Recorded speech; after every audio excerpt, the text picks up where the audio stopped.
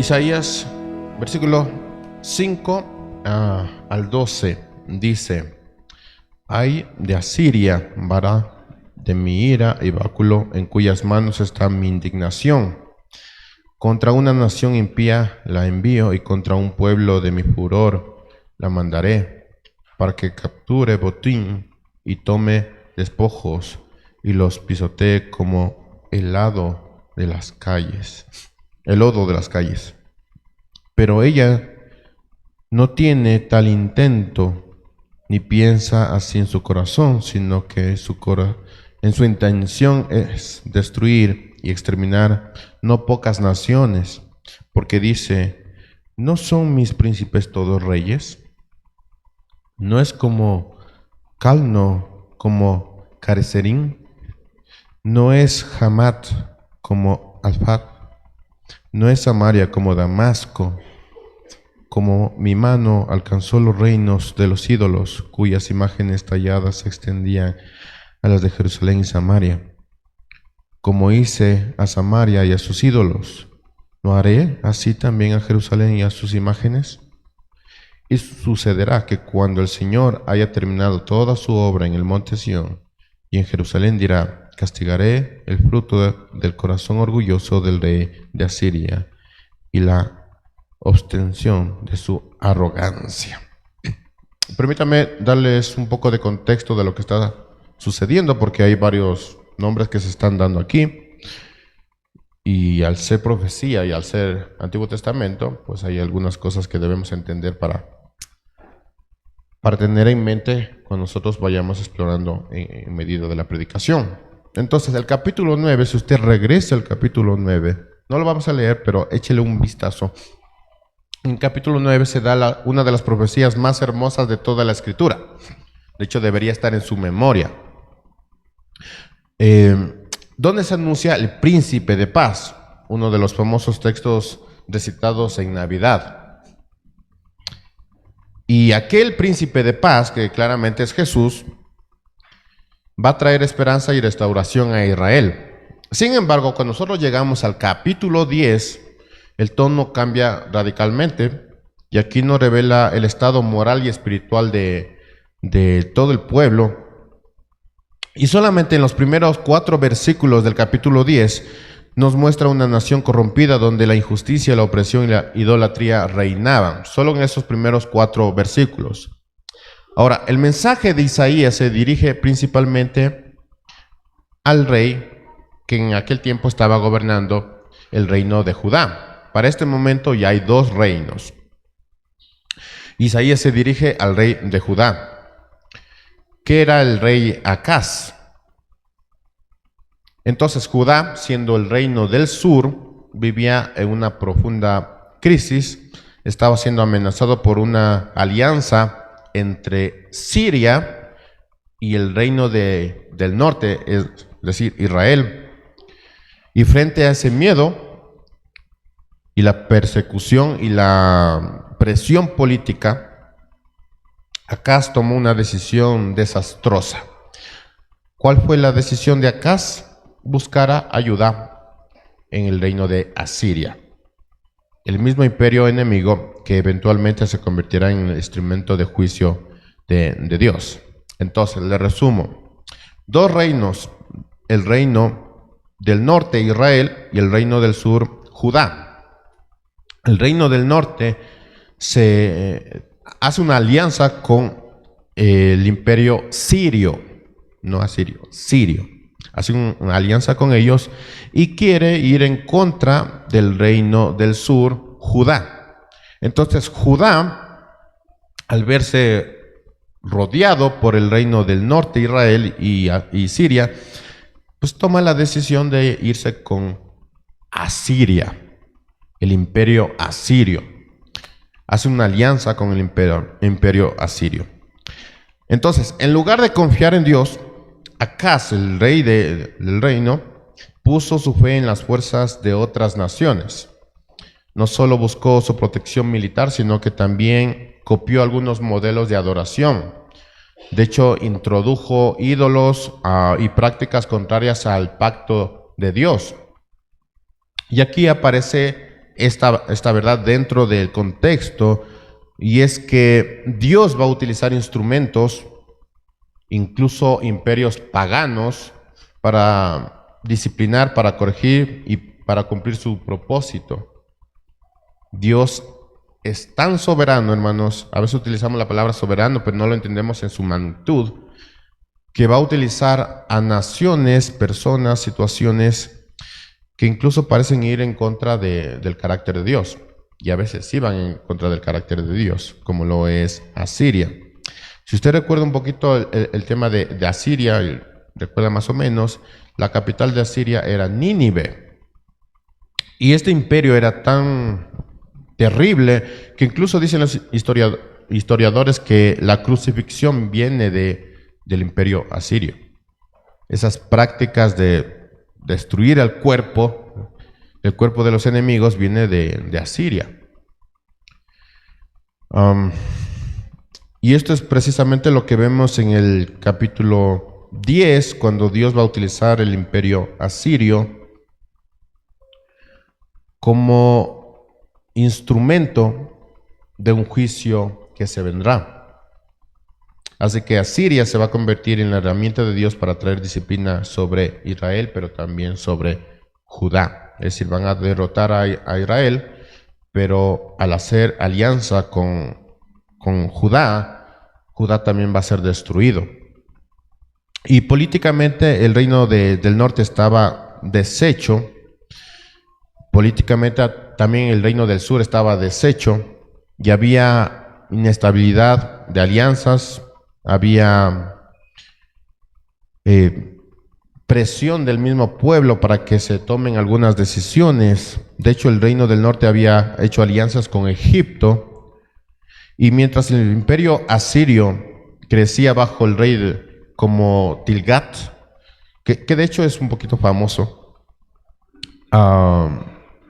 este reino impuso tributos, impuso normas, impuso reglas, desplazó al pueblo, e Israel y Judá buscaban una especie de seguridad dentro del tema político, y por eso hacen estas estrategias de aliarse con estas naciones, pero en lugar de que fuera algo bueno, resultó en algo tremendamente desastroso.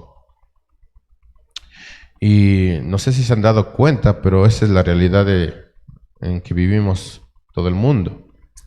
Queremos una estabilidad política, que se tomen algunas decisiones, y por, no sé, el corazón humano dice, pues no voy a buscar a Dios, me voy a aliar con otras naciones para ver qué podemos hacer.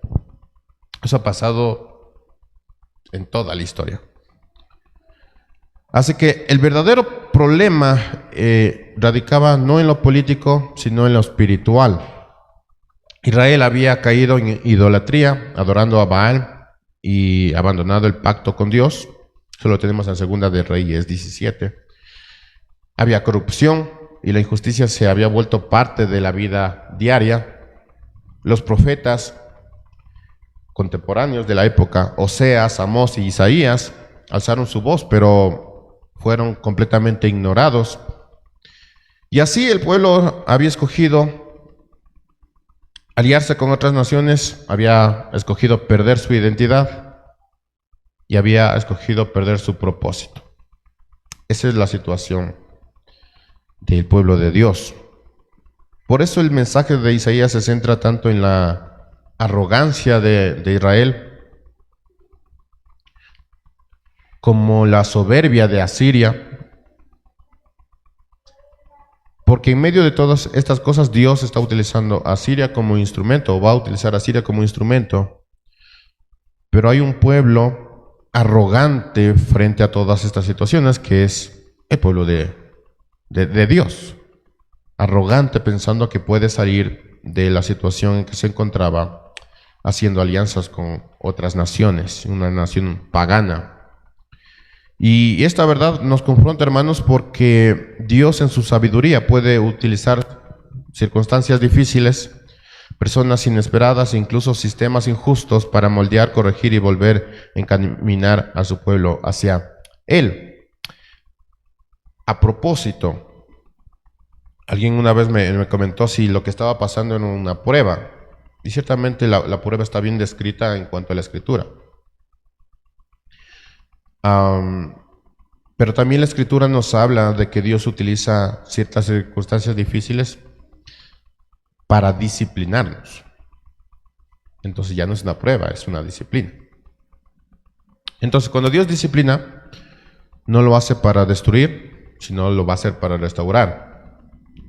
Y cuando permite que ciertas cosas sacudan nuestras vidas, lo hace para que recordemos que la seguridad no está en los hombres, ni en las estructuras, ni en los partidos políticos, ni en las alianzas humanas, sino en el Señor de los ejércitos. Entonces vamos a ver el pasaje, lo voy a dividir en 3 secciones.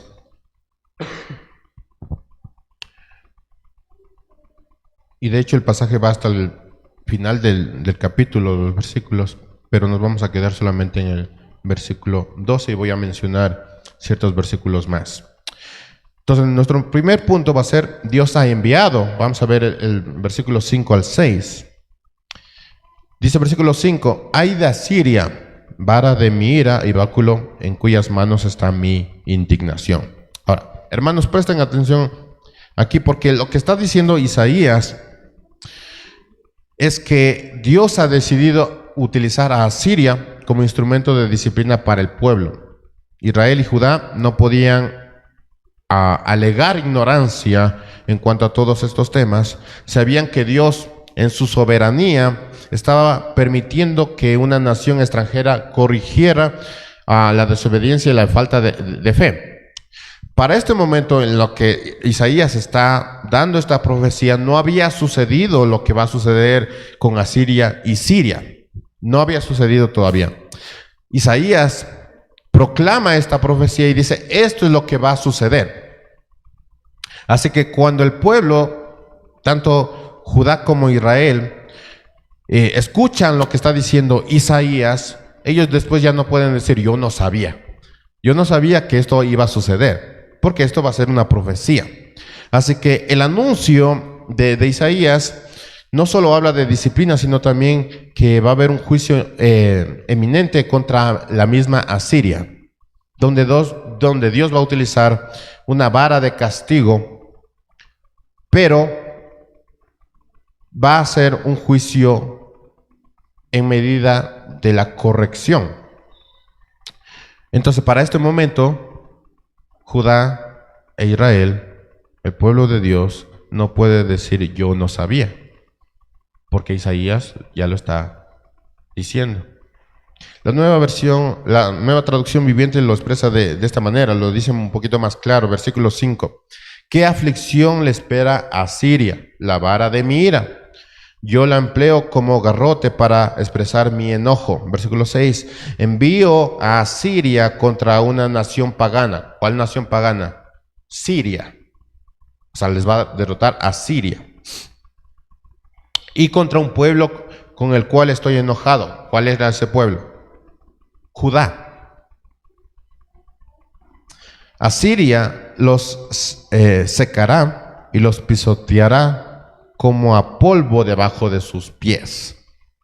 Entonces aquí encontramos una doble declaración. Primero, Asiria será la herramienta de Dios que va a ser utilizada como vara de corrección para el pueblo, pero Asiria no se va a librar del juicio de Dios. Y esto nos enseña esta verdad, hermanos. Nada ni nadie está por encima de Dios. El gobierno y todas las cosas correspondientes a eso, incluso las naciones completas que no reconocen a Dios, incluso ellas siguen siendo herramientas de Dios. Todo es herramienta de Dios. Bajo su propósito, todo es herramienta de Dios. Así una persona diga, pues yo no quiero saber nada de Dios, sigue siendo herramienta de Dios. Y si una nación dice, yo no quiero saber nada de Dios, es más, saquemos de la Constitución el término Dios. Tú también vas a ser herramienta de Dios. Todo es herramienta de Dios. Todo puede ser utilizado como herramienta de Dios. Así que Dios puede utilizar a Siria como una vara, pero la misma vara no se libra del juicio del pastor. Imagínese a Dios como un pastor, porque esa es la ilustración de Isaías. Dios como pastor y tiene su vara, esa vara es Asiria, pero esa vara está torcida, entonces sí es utilizable, pero esa vara tiene que pasar también por juicio. El pastor va a decir, esta vara no me sirve, está torcida, entonces va a pasar por juicio. Entonces, este mensaje también era una advertencia para Judá, porque en medio de la crisis espiritual y política, el pueblo no estaba regresando a Dios. Lo que había hecho era aliarse con otras naciones. Isaías ya había hablado acerca de esto, les había mostrado la voluntad de Dios, pero ellos decidieron aliarse con Asiria. Es decir, lo que está pasando aquí, capítulo 10, no había sucedido todavía. Pero a pesar de lo que había dicho Isaías, el pueblo todavía hizo alianzas con otras naciones. Así que Judá, en lugar de arrepentirse, buscó apoyo en quienes van a representar la ira de Dios. Y esto, hermanos, nos suena tan ilógico, porque ¿cuántas veces hoy mismo, cuántas veces una nación, una familia, incluso un creyente atraviesa por un momento difícil y en lugar de buscar el rostro de Dios, por alguna razón en su locura, busca lo contrario a su palabra? Es decir, está pecando o está en una vida desastrosa y por alguna razón en su locura, en su idea más lógica posible, dice, voy a hacer todo lo contrario a lo que el Señor me está enviando. Tengo que hacer esto, lo que dice el Señor, pero voy a hacer todo lo contrario. Y por alguna razón esta persona o esta nación piensa que le va a salir bien. Por alguna razón. Así que Dios advierte, habla, corrige, pero el corazón humano muchas veces piensa que desobedecer a Dios es la mejor decisión. Es algo ilógico, pero eso es lo que pasa en medio de una crisis. ¿Cuántas veces, aún sabiendo de lo que Dios dice, elegimos lo opuesto y decimos, no, esto me gusta más? Pensamos que el camino, el mejor camino es la desobediencia, no la obediencia. Y si se dan cuenta, esto es una locura, porque en medio de la crisis lo más natural sería ir con Dios, pedir perdón, arrepentirse e ir con Dios. Pero el corazón humano es, voy a hacer todo lo contrario, para ver si me va bien. Pero tarde o temprano ese camino te va a llevar solamente al dolor y a la disciplina. Y dato interesante, aquí no puede decir es que el Señor me está probando mi fe. No, esto ya es directamente disciplina. Aún así, en medio de este juicio, los versículos también nos muestran el corazón tierno y amoroso de Dios, porque si ustedes notan, Dios no está actuando como venganza. Dios está actuando con amor, o sea, está intentando utilizar esta vara como correctivo para su pueblo. Entonces es una acción de amor. Su corrección no va a buscar destruir, sino va a buscar restaurar. Y permítame ilustrarlo de esta manera. Muchos de nosotros crecimos con padres que, a pesar de sus limitaciones, trataron de corregirnos por nuestro bien. Ciertamente, hermanos, ellos no tuvieron manuales de crianza, no tuvieron libros de crianza, no tuvieron consejeros familiares, no tuvieron pastores que les enseñaron, no tuvieron estos libros de ayuda al padre, no tuvieron nada de eso, pero intentaron en sus limitaciones corregirte.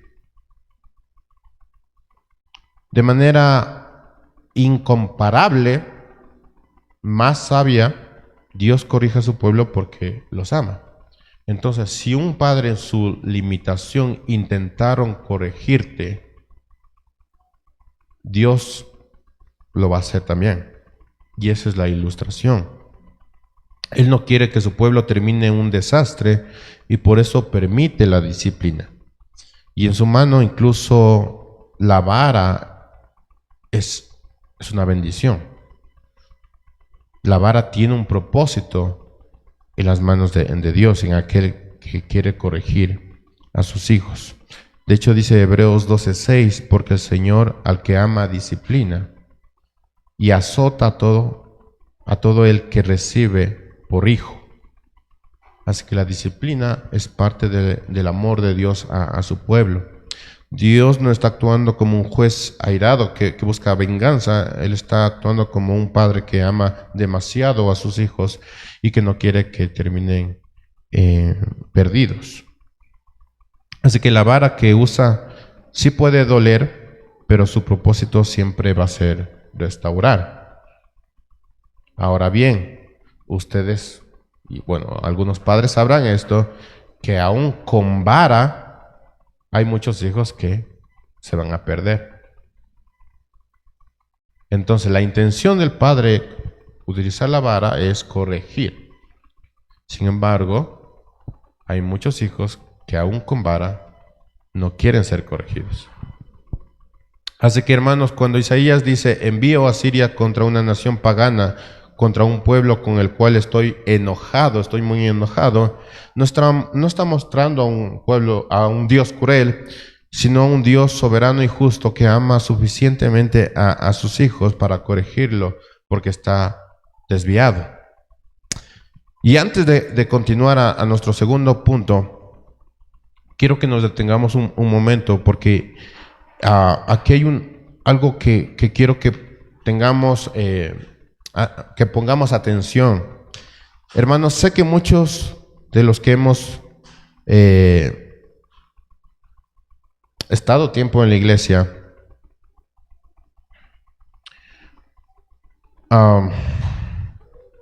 vas a ver que es un absurdo ir en contra de lo que dice Dios, en contra de la voluntad de Dios. Y es un absurdo ir en contra de lo que Dios ya ha dicho. Es un absurdo. También hemos escuchado que Dios disciplina y lo hace al que ama. No es la primera vez que estoy diciendo esto y no es la primera vez que usted escucha eso. Pero este pasaje nos revela algo tremendamente importante que nunca se nos tiene que olvidar. No solo una persona puede rebelarse contra Dios, sino también toda una nación puede rebelarse contra Dios. El problema de nosotros es que a veces separamos estas dos cosas y decimos, o es la nación que se rebela contra Dios, o es el ser humano que se rebela contra Dios. Pero la cosa es una nación y también el ser humano que se rebela contra Dios. A veces pensamos en estos pasajes y lo ponemos en práctica en nosotros mismos, pero nos olvidamos de la nación. Y a veces podemos verlo desde la nación, pero nos olvidamos de nosotros mismos. Y terminamos diciendo, no, la nación es el problema. Pero aquí vemos que todo el pueblo era el problema. Entonces, en medio de esa desobediencia colectiva, también encontramos esperanza porque el texto nos muestra a un Dios que siempre va a reservar un remanente para sí. Este remanente no permanece firme por mérito propio, sino porque Dios mismo lo sostiene.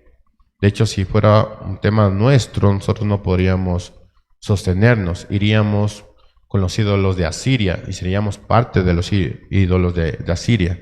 En otras palabras, mientras muchos eligen alejarse, Dios va a elegir preservar un grupo, un remanente, para que permanezca en testimonio de su gracia y su fidelidad. Es decir, Dios es quien elige. Y ustedes como calvinistas sabrán que Dios es el que elige. Entonces, con esa verdad en mente, teniendo en cuenta de que no solo es la nación, sino que también la persona se puede desviar, pasemos a los versículos 7 al 11, y el título aquí es Dios se utiliza. Versículo 6, voy a leerlo del versículo 6. Contra una nación impía la envío y contra el pueblo de mi furor la mandaré, pero para que capture botín y tome despojos de él y lo pisotee como el lodo de las calles. Pero ella no tiene tal intento, ni piensa así en su corazón, sino que su intención es destruir y exterminar no pocas naciones. Ahora, miren, hermanos, cómo Dios está actuando. El Señor decide utilizar a Asiria como instrumento de disciplina para su pueblo. Sin embargo, el rey de Asiria y toda Asiria no tenían la menor idea de que ellos estaban siendo utilizados por Dios. Su intención no era cumplir la voluntad de Dios. Si nosotros pudiéramos preguntarle a Siria, al rey de Asiria, ¿tu intención es ser herramienta de Dios? Posiblemente la respuesta sería, no, no tengo ni idea de esto, y además ser instrumento de Dios, no quiero saber nada de Dios. Entonces esa sería la respuesta. Entonces la intención de Asiria no era cumplir la voluntad de Dios, sino satisfacer su orgullo, enorgullecer su poder y conquistar más territorios, dicen no pocas naciones. Ahora, piénselo de esta manera. Cuando una persona decide apartarse de Dios y refugiarse en sus propias decisiones, termina rodeada con personas y circunstancias que no precisamente reflejan el carácter divino. Esas experiencias, aunque parezcan alejadas de la voluntad de Dios, muchas veces son los instrumentos de Dios para corregirnos y llamarnos de nuevo a su camino.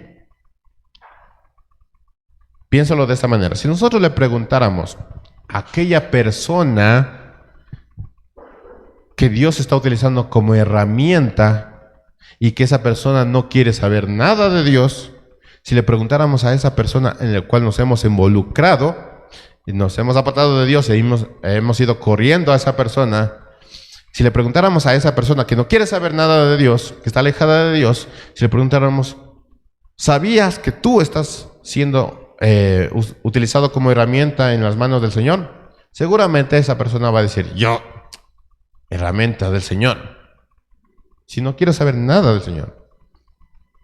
Pero en su ignorancia, la realidad es que no cambia.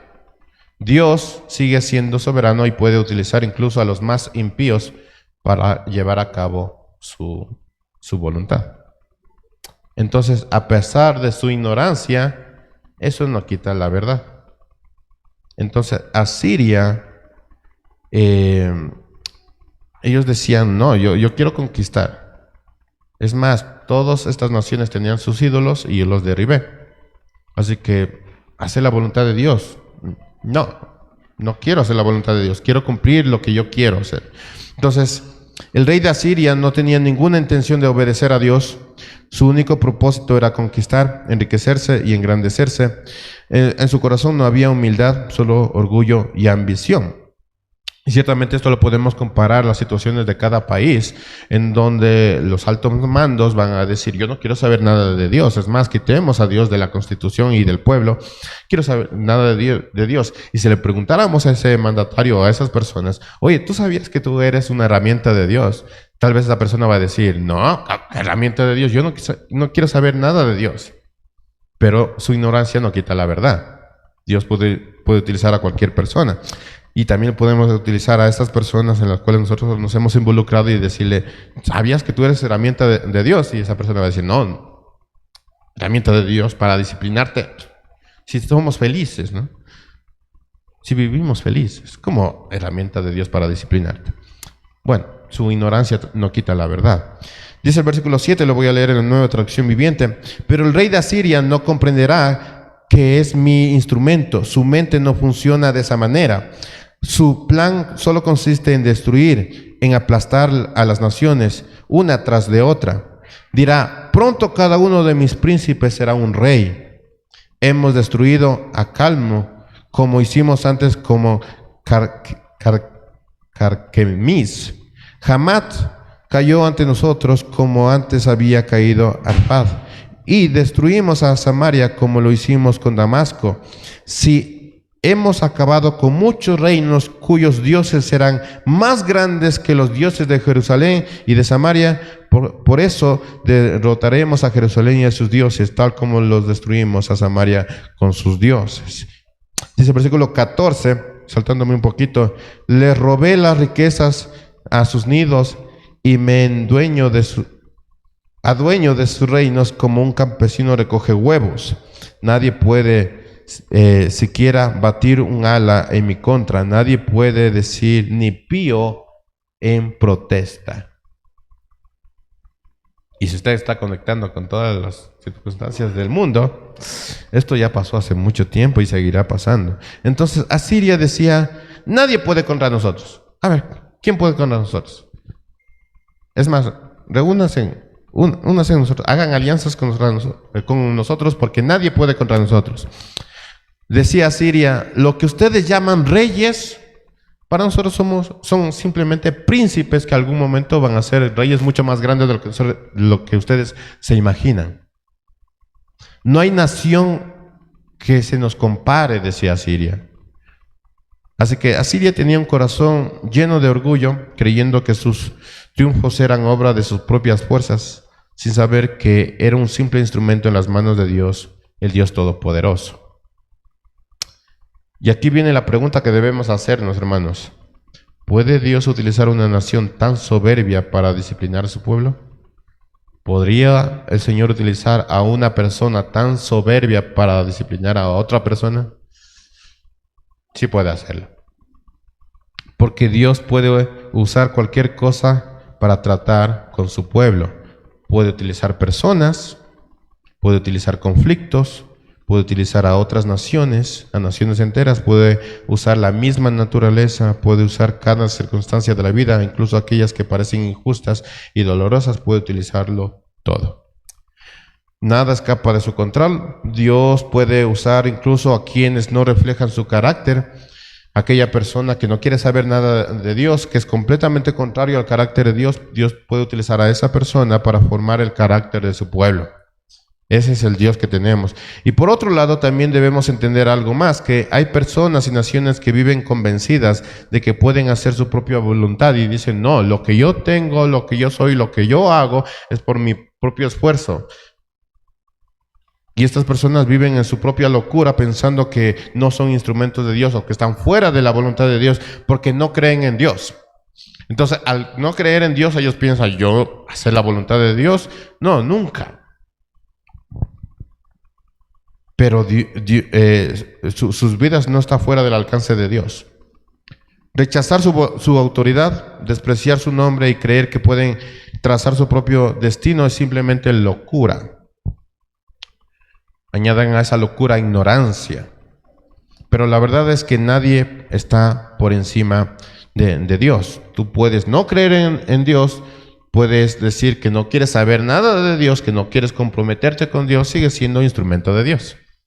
Porque nada está por encima de Él. Así que en lugar de decir el gobierno gobierna, nosotros tenemos que decir que Dios gobierna sobre todas las cosas, hace lo que quiere, con quien quiere y cuando quiere. La soberanía alcanza cada rincón del universo. Cada cosa que nosotros tenemos en nuestra vida, en la historia también ha sido instrumento de Dios y Dios va a cumplir su propósito independientemente de que alguien quiera hacerlo. Por eso, aunque muchos no le entiendan, Dios sigue utilizando todo, aún lo más impensable, para cumplir sus planes eternos y cumplir su voluntad. Dios va a utilizar todo. Sin embargo, debemos tener en claro, mis hermanos, que nadie va a escapar también del juicio de Dios.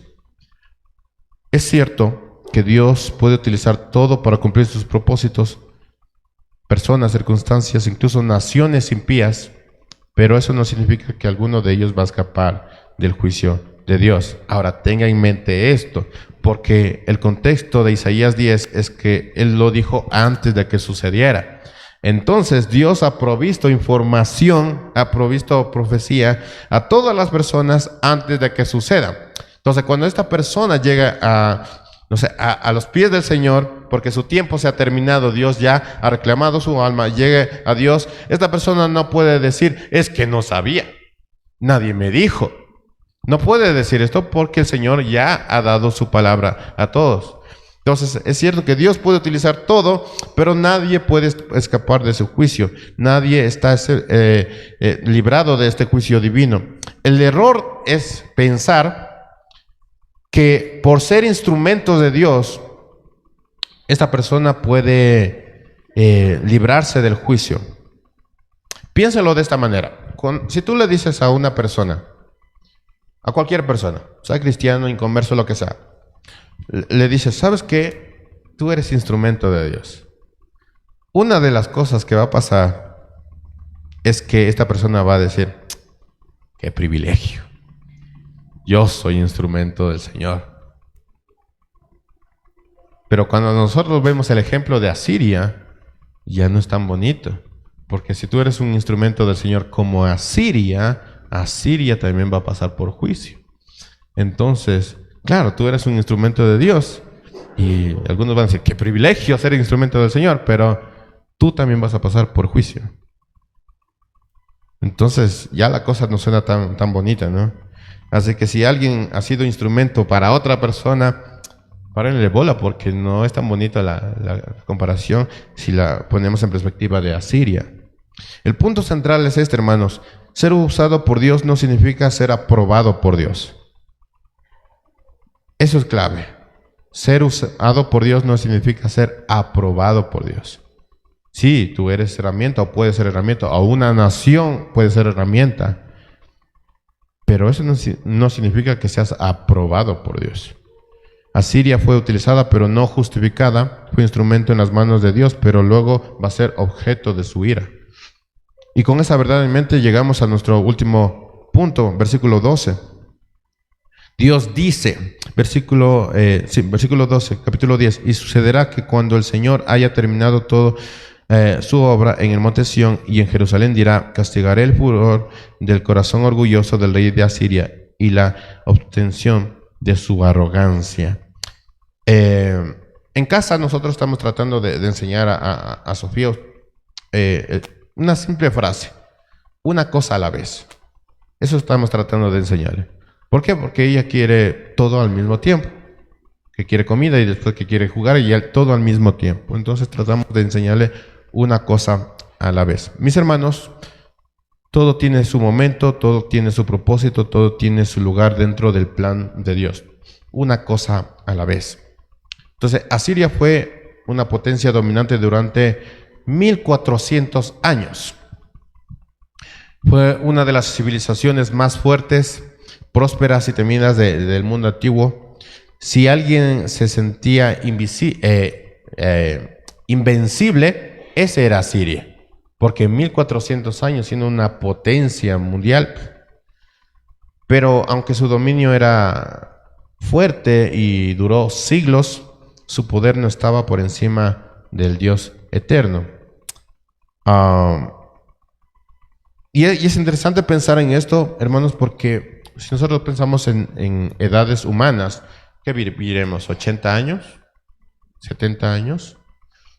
Y si lo pensamos en términos humanos, de 1400 años, vamos a decir, este imperio es demasiado tiempo, es muy largo. Y Dios no hizo nada en 1400 años, le permitió a Siria hacer lo que quería. Es mucho tiempo. Pero una cosa a la vez. Todo va a llegar a su tiempo. Dios va a obrar con propósito. Cuando Él cumple su propósito, también va a ejecutar su justicia. Asiria se sentía segura, autosuficiente, indestructible, tenía ejércitos, tenía riqueza, reinos bajo su control, pero no sabía que el Dios ya había determinado su final y había determinado lo que va a suceder con su corazón arrogante. El mismo Dios que lo usó como instrumento de corrección, ahora está proclamando cómo va a ser su caída. Mis hermanos, esto nos recuerda que ningún poder humano, ninguna nación, ningún líder puede sostenerse de pie delante de Dios. La historia entera lo testifica. Naciones completas que dijeron no quiero saber nada de Dios. Es más, hagámonos enemigos de Dios, cayeron. Y sí, muchas naciones duraron como Asiria 1400 años y ellos pensaron que eran invencibles, que eran todopoderosos, pero resulta que eran herramientas de Dios. Así que toda potencia, toda cultura, toda economía que se ha levantado en orgullo ha terminado postrada delante del Señor. Y si bien alguien puede decir, bueno, nosotros no estamos bajo el dominio de una nación, pero sí podemos estar bajo el dominio de una cultura o de una ideología. Pero toda ideología, toda cultura, toda nación va a caer delante del Señor. Todo ya está dicho. Y lo mismo seguirá ocurriendo por toda la historia del ser humano hasta que el Señor venga. De hecho, el texto más conocido acerca de esto es Filipenses 2, del 10 al 11, donde dice que ante Él se doblará toda rodilla, toda lengua, confesará que Jesucristo es el Señor. Y lo que nosotros pensamos es que decimos, este texto va a ser en el futuro. En el futuro toda nación se va a arrodillar delante del Señor. Pero no, esta situación se ha ido viendo en toda la historia de la humanidad. Toda nación, toda cultura, en toda la historia de la humanidad se va a arrodillar delante del Señor. Así que cuando nosotros vemos el orgullo de los poderosos, cuando observamos las naciones que se rebelan contra Dios, recordemos que Dios tiene su tiempo, todo tiene su tiempo. Y Dios va a cumplir su propósito. Él obra, Él corrige y finalmente juzga con justicia perfecta. Sin embargo, debemos tener en cuenta que Dios ya ha declarado el final a las personas, a las naciones, antes de que suceda. Entonces, cuando va a suceder, nadie tiene excusa de que ha sido ignorante en el tema. Mis hermanos, toda rodilla se va a doblar y toda lengua va a confesar que Jesús es el Señor. Y eso incluye también al Ecuador. Todo imperio, toda nación se va a arrodillar delante del Señor. Todo. Así que eso ya está dicho. Y todo ser humano sin excepción, aún las personas que dicen, no, yo instrumento del Señor, no, si no quiero conocer nada de Él. No quiero ser parte de esto. No quiero ser parte de los evangélicos, ni de los santos, ni nada de esto. No quiero ser parte de nada. Pero aún esa persona se va a arrodillar delante del Señor. Y ya está completamente dicho. Entonces recordemos que el imperio asirio duró 1400 años. Parecía invencible, parecía que todo lo que quería lo tenía. Parecía dominar todas las cosas sin límites, pero la realidad es que Dios tiene el control. Así que aún el imperio asirio cayó delante del Señor. Ahora bien, Dios ya había declarado su voluntad. Judá va a ser disciplinado y la herramienta de corrección va a ser Asiria, una nación orgullosa, perversa y completamente alejada del carácter de Dios. Pero Asiria también va a ser juzgada delante del Señor. Y a primera vista el panorama parece muy oscuro, hermanos, porque nosotros no podemos ver la situación de cada país y de nuestro país y decir, no, esto se está complicando y esto es oscuro, eso es trágico, porque la delincuencia y la pobreza y las elecciones y las decisiones que están tomando los políticos es contraria a la voluntad de Dios, y todo esto se está complicando. Hermanos, toda nación, toda persona se va a arrodillar delante del Señor. Eso no va a cambiar. Unos versículos más adelante, el mismo Dios que expresa su enojo hacia su pueblo les promete sostener y perseverar. Y de hecho, del versículo 20 al 22 nos encontramos con una hermosa promesa, el remanente. Dios va a cuidar a ciertas personas, a un grupo de personas, para que sean testimonios de la gracia de Dios. Pero el versículo 24 es sumamente más impactante, porque esta es la promesa del Señor. Dice el versículo 24, por tanto, así dice el Señor, Dios de los ejércitos, pueblo mío. Recuerden que antes les estaba diciendo, este pueblo me enoja, estoy enojado con este pueblo. Pero después dice, este pueblo es mío, que moras en Sión. No temas al asirio, que te hiere con vara y levanta el báculo contra ti a la manera de Egipto. Así que Dios está diciendo en esencia que aunque te disciplino, no te abandono. Aunque permito el dolor, no permito tu destrucción. Mi indignación pasará, pero mi amor permanecerá. Así que sí, estoy enojado con esta nación y voy a disciplinarlo, pero sigue siendo mi pueblo. Continúa diciendo el versículo 25, porque dentro de muy poco mi indignación contra ti terminará, se acabará, y mi ira la dirigiré contra ellos para su destrucción.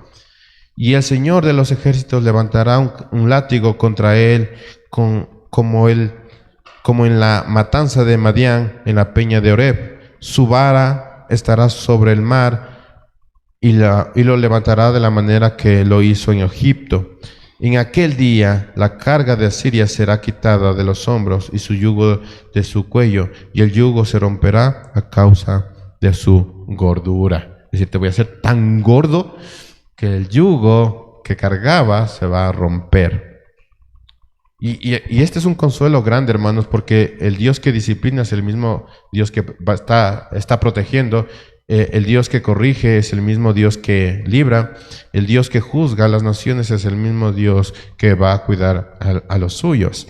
Y esta es la esperanza para el pueblo de Dios, porque en medio de una nación que ha desviado sus ojos, que ha quitado sus ojos de Dios, que vemos que todo se está complicando, tenemos que tener la confianza de que Dios sigue guardando a su pueblo.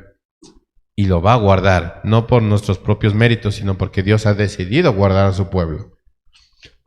Así que mis hermanos, Dios guarda a los suyos, Dios cuida a su pueblo, siempre lo ha hecho, siempre lo hará. Esto ha sido parte de toda la historia del ser humano. Si toda rodilla se va a doblar y toda lengua va a confesar que el Señor es el Señor, hay algo interesante aquí, y es que unos van a arrodillarse con gozo, y eso va a ser su pueblo, pero otros se van a arrodillar sin opción alguna, pero todos se van a arrodillar. Así que cuando nosotros escuchamos las palabras del Señor en Isaías 10:24, pueblo mío, no temas, este es un aliento para todo aquel que es hijo de Dios, porque los hijos de Dios van a ser cuidados. Ahora tengan en mente esto, van a ser cuidados en medio de Asiria. Así que van a tener que pasar también la disciplina, pero van a ser cuidados. Ese sigue siendo el mensaje de Dios para nosotros, que en medio de la disciplina, en medio de las pruebas, en medio de un mundo arrogante que se levanta contra Dios, en medio de una nación completamente separada de Dios, Dios nos dice: yo estoy contigo, yo soy tu Dios, yo romperé el yugo, yo te quitaré la carga. Mis hermanos, vivimos en Ecuador, un país tan bonito, un país bendecido por Dios, pero también herido por las decisiones que lo han alejado de su palabra. Ahora, yo sé que en la mente y también por el contexto en que nosotros nos encontramos el día de hoy, nosotros estamos pensando: ¡ay, esos políticos! ¡Ay, esas personas! Hermanos, esos políticos, esos líderes son reflejo de cómo está la situación del Ecuador. Y no es un tema meramente político, es un tema espiritual. El problema del pueblo es un tema espiritual. Y como en los días de Isaías, la iglesia es un pequeño remanente en medio de una nación que confía en estrategias humanas en lugar del Señor. Esa es la iglesia, el remanente de Dios, que Dios va a sostener en medio de la disciplina para hacer testimonio delante de las naciones. El mismo Dios que utilizó a Asiria como vara, es el mismo Dios que rompe los yugos y sostiene a quien confía en Él, que es la iglesia. Por eso, la iglesia del Señor no debe temer cuando vea avanzar la injusticia. De hecho, esa es la perspectiva que deberíamos tener, en lugar de decir: ¡ay, van a quitar el IES! ¡Ay, qué será de nosotros! El pueblo de Dios, la iglesia que es sostenida por Dios, pues lo tiene todo y va a ser guardada. Y esa es nuestra esperanza, y esa es la idea que nosotros que tenemos, porque cuando vemos avanzar la injusticia, cuando vemos avanzar el orgullo de los poderosos, y este orgullo crece y crece y crece, Cristo sigue siendo el Rey sobre toda nación. Y eso no lo quita nadie. Por eso esta verdad también nos debe mover a orar, hermanos, porque por un lado nosotros podemos decir: no, sí, nosotros somos la iglesia, somos cuidados por el Señor. Es más, en medio de la disciplina nosotros vamos a ser cuidados porque el Señor lo ha prometido y es una gran bendición. Sin embargo, ¿qué va a pasar con el pueblo? ¿Qué pasa con el pueblo? Que el pueblo, que una nación caiga bajo la ira de Dios, no es un chiste. O sea, no es algo bueno. Y por eso nos debería mover a orar por la situación del Ecuador. Porque si bien podemos tener presidentes y líderes y lo que sea, inconversos y sabemos que Dios ya ha dictado lo que va a suceder y aún ellos van a arrodillarse delante de Jesús, no es bueno que ellos soporten la ira de Dios. Y eso nos llama a orar por ellos. Eso nos llama a orar por una nación que no tiene a Dios, porque no es bueno, es terrible. Entonces, eso estaba pensando estos días, que si bien los cristianos estamos pensando en una perspectiva distinta, sí tendemos a preocuparnos por lo que tenemos que hacer, es decir, votar, ¿no? Pero orar por las naciones, por el Ecuador, preocupados por lo que está sucediendo. Sabemos lo que está sucediendo, que es el orgullo y la arrogancia está incrementando. Las personas, en lugar de buscar a Dios, buscan alianzas con otras naciones, con otros círculos. Sabemos lo que está sucediendo, pero oramos por las naciones, oramos por Ecuador, pedimos por aquel presidente que no nos agrada, por aquellos líderes que no nos agrada. Oramos por ellos, porque es terrible que ellos reciban la ira de Dios. Es terrible. Así que hay una esperanza que nos mantiene firmes, hermanos, pero también nos debe mantener humildes. Y yo siempre le he dicho, hermanos, aquella persona que critica a los presidentes, a los líderes, es que se cree mejor que ellos. Y dice, no, yo haría esto. Pero tú no sabes. Tú no estás en ese banco. Tú no conoces toda la realidad.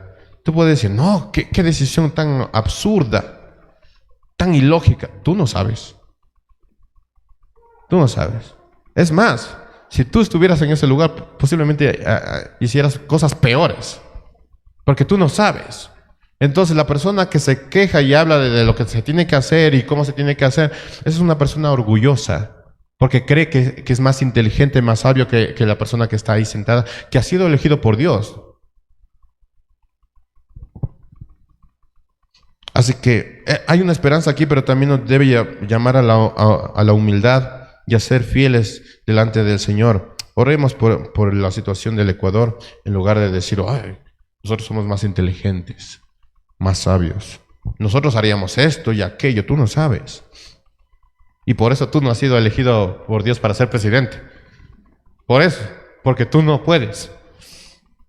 Pero creemos que sí lo podemos hacer. Y oremos por esos presidentes, por esos líderes, hermanos, porque aquella persona que ha elegido ir en contra de Dios va a tener que soportar la ira de Dios. Y eso ni al enemigo, hermanos. Mis hermanos, nosotros no esperamos un cambio en la situación. El cristiano no espera un cambio en la situación, no espera que las cosas mejoren. Esperamos al príncipe de paz. Eso esperamos, nada más. El resto, Dios ya ha designado cómo serán las cosas, confiemos en Él. Filipenses 2, del 9 al 11, dice que toda rodilla se va a doblar delante de Él, así que eso ya ha estado designado. En Daniel 4, 44, nos asegura que Dios establecerá un reino eterno que va a vencer a todo reino humano. Ese es el reino de nuestro Señor Jesucristo. Así que todas las cosas que nosotros tenemos, hermanos, ya está designado. Cómo va a terminar ya está designado. Nosotros cuando vamos al cine ya sabemos cómo va a terminar la película. Y va a terminar bien para nosotros, pero también eso nos va a hacer orar por aquellos que están en contra de Dios, porque no es bueno que estén en contra de Dios. Y a propósito también, para irnos centrando en algo más personal, aquella persona que está fuera de que quiere estar fuera de los planes de Dios, oremos por aquella persona, porque en medio de su ignorancia, esta persona necesita a Cristo. Así que oremos por esa persona, roguemos por esa persona, porque no es bueno que esta persona reciba la ira de Dios. No es bueno. Así que oremos por esa persona, por los presidentes, por las naciones, por aquellas personas que quieren ir en contra de Dios, porque no es bueno. Y en medio de eso nosotros estemos confiando en que la voluntad de Dios es perfecta. Y sí, vamos a pasar por la disciplina, hermanos, porque somos parte de una nación. Pero confiemos en Dios, que Él es bueno.